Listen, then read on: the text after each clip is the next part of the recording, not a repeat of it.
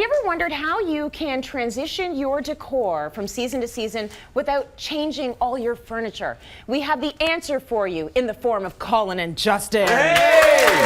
They've got the answer! And look at this space. You know, so many people have left their house this morning and we've put on jackets now and maybe some boots. This space, you feel like you're in Miami and it's July.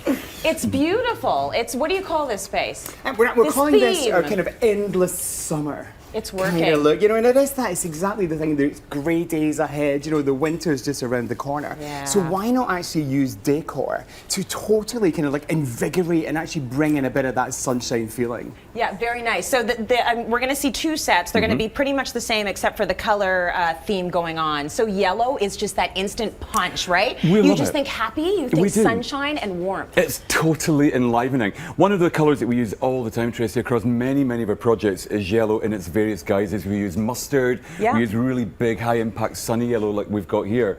And it's interesting, you automatically think of yellow and white as a real summer pairing, but there's no reason that you can't look at a room vignette like this and think, do you know what, there are lots of layers in there. It's already really good, so don't feel that you've got to be restricted by colour for this season. Think in terms of what you can do with layers as well. Okay, lots of layers means layers? lots of fun. You mean like all of the pillow layers, the textures? Every layer, you know, that's the thing. You know, I think you should always think of your home as being like a series of kind of like vignettes. You know, when you're looking in the magazines and you see the beautiful photographs and there's foreground and there's background, try and think of your home in that way. And you know, look at this, we actually start off with, this is some timber that we just picked up from the Home Depot, okay? It's just some pine. We've popped it onto the wall to give us that great kind of escapist, kind of slightly kind of like cabin look, and then just giving it a coat of white paint. You want to see all the imperfections, you want to see some of the roughness in there, some of the texture, because that's one of the things that's going to give your room character. Of course, okay, so make that your starting point. I mean, something like that, and again, we're always banging on Tracy about not breaking the bank.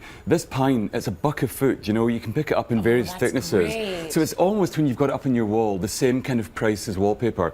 No reason you can't do an accent wall. It can go up with pins or nails. You can bring it back down if you want as the seasons change. Just but slightly again, heavier. Yeah, it's slightly heavier. Just a little heavier. You might not want to put it up with Velcro, but you can certainly pop it up with nails. But one of the other things, Tracy, that we always want to talk about is having a kit of parts. And a kit of parts, when it comes to your home furnishings, refers to having good things that really last from period to period. And again, for us here, display. It's really important. An easy cabinet like that over there, bags of display, also discreet storage as well for maybe some of the things that you don't want to see in your living room, all the remote controls and the magazines. Pare back the clutter, don't have it all exploding. It can all go in these drawers so no one sees, and everything in here has to be edited really well. We get this all the time on Home Day. People show us the photos, and every single bomboniere from every wedding they've ever been to is in. Arranged. You know who I'm talking about out there. But what's wrong with that, you know? And so what have we put in there? Boxes. You know, that's a simple thing. You know, if you've got smaller things cluttered around, get a box, put it in the box, give it a colour story as well that's going to coordinate with your decor. And artwork's really important for us as well. We always say don't spend. We're going to show you later on how we did the little stag artwork over here. A little hint of Scotland via the antlers and stuff, a bit of a horny beast. So we'll be coming back to that later on too. Did I say horny beast? Who's the horny beast? I get carried away, Tracy, with you. There. I do, I can't help it. You guys made that art? We did. Yeah. So we're going to show you how to do that. You're so talented. Oh, bless you. You know, we're always trying to get people to actually put their personalities into their space as well, you know. I mean, this is a great core look, you know, as Justin said, the storage, display and discreet. 2 occasional tables, you know, all the furniture here is from IKEA. 2 occasional tables are actually much more flexible than a single coffee table. For sure. You know, you can move them out, you can move them in together. Exactly. So if you're in a small condo, you know, it could be that space is at a premium. These would be perfect for it. The sofa, I mean, this is just a classic. It's got that great kind of like casual, kind of like beachy look. Yeah. Loose covers, so amazing. Like IKEA have an incredible range of loose covers. So if you want to seasonally adjust your sofa, you don't actually have to change the sofa, you can just change the covers. And because these are white, if you're worried about white covers, I always say, well, white covers show the dirt. So at least you can see it and then you can deal with it. These will wash beautifully. Wow, exactly. That is really taking a positive spin on that. Oh, yeah, baby. You got to see the dirt. We've just done a house. We've just done a house for a family. That sound rude?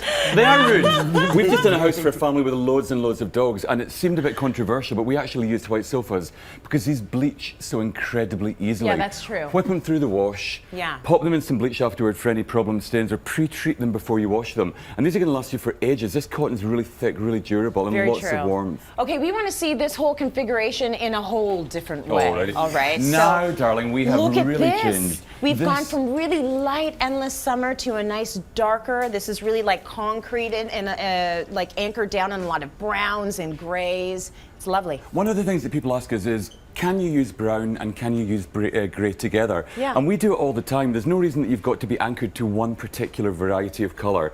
If you're confident to put colours together well, then there's no reason. And brown and grey, I think, are really good bedfellows. Again, this is a little thing that we always think about, balancing our books when we're doing our projects. You have the same sofa, the same Ektorp from IKEA, this time redone in grey. Now, this is really affordable, but because it was so affordable, we went to town with Robert Allen Fabrics. Each of these cushions probably cost us the best part of $60 to make, but you know, you can buy scraps of fabric all over the place. Jump into DFO, Designer Fabric Outlet in Toronto, or wherever you go for your fabrics. But my favourite at the moment are these Robert Allen, a little touch of plaid again to allude to a bit of Scotland in here, but a kind of country, kind of hunting lodge. It's very, very laid back. Very cool. I Really love bad. it. It's such a distinct difference from what we just saw. Can we talk a little bit about this wall? So it's the same, very inexpensive. Sniff it. I dare There you you. go, go and sniff that. Sniff it. Sniff it. Sniff the wood. What'd you smell? Oh, it smells so good. What'd you smell? What'd you smell? It smells like morning. Yes. It smells like You, coffee. Uh-huh.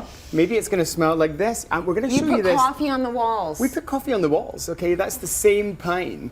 And we didn't want to put some really like kind of like strong kind of like chemical on the walls. Yeah. We wanted to try and keep it natural, you know, and add something that you could use in the kids' room, something that was water-based. Yeah. And Justin had been talking about tie-dyeing and stuff with tea and coffee and all this. So we actually did use a little Coffee cup on the of Joe, walls. and we're going to show you how to do that later on as well. And again, This it's should so be in the organic. bedroom. You just wake up and take a lick. It literally, I know, You're like straight. awake. Wake up and smell the coffee. Oh my I goodness. can't sleep. I can't sleep. It's the walls. And Stop again, licking the walls. mixing everything's important. We've got some IKEA furniture here, but we found these lovely tables down in St. Lawrence are Market beautiful. in Toronto. Oh, We go nice. everywhere. They were $95 each. We struck a deal and got them for $80 because we bought 3. Good and I think stuff. they had a really lovely organic. They're actually just the root system from a Yes. tree, chopped off, and they've been waxed. And I like that kind of organic nature of them that balances against the harder lines and the square lines of furniture. Yeah. No, it's beautiful. And if you live like an hour outside of Toronto, just go to Chop your it down. backyard and chop that Chop it down. down. And bring it inside. Maybe Which wax is, it a little bit. which is what we did with the lamps. That's right. Now- Okay, we're going to talk more about the wall, specifically our Okay. coffee wall. And our artwork. And your artwork again. Bird in a wire. This is later on in the show. For now, we're going to break. Stay with us. More coming up.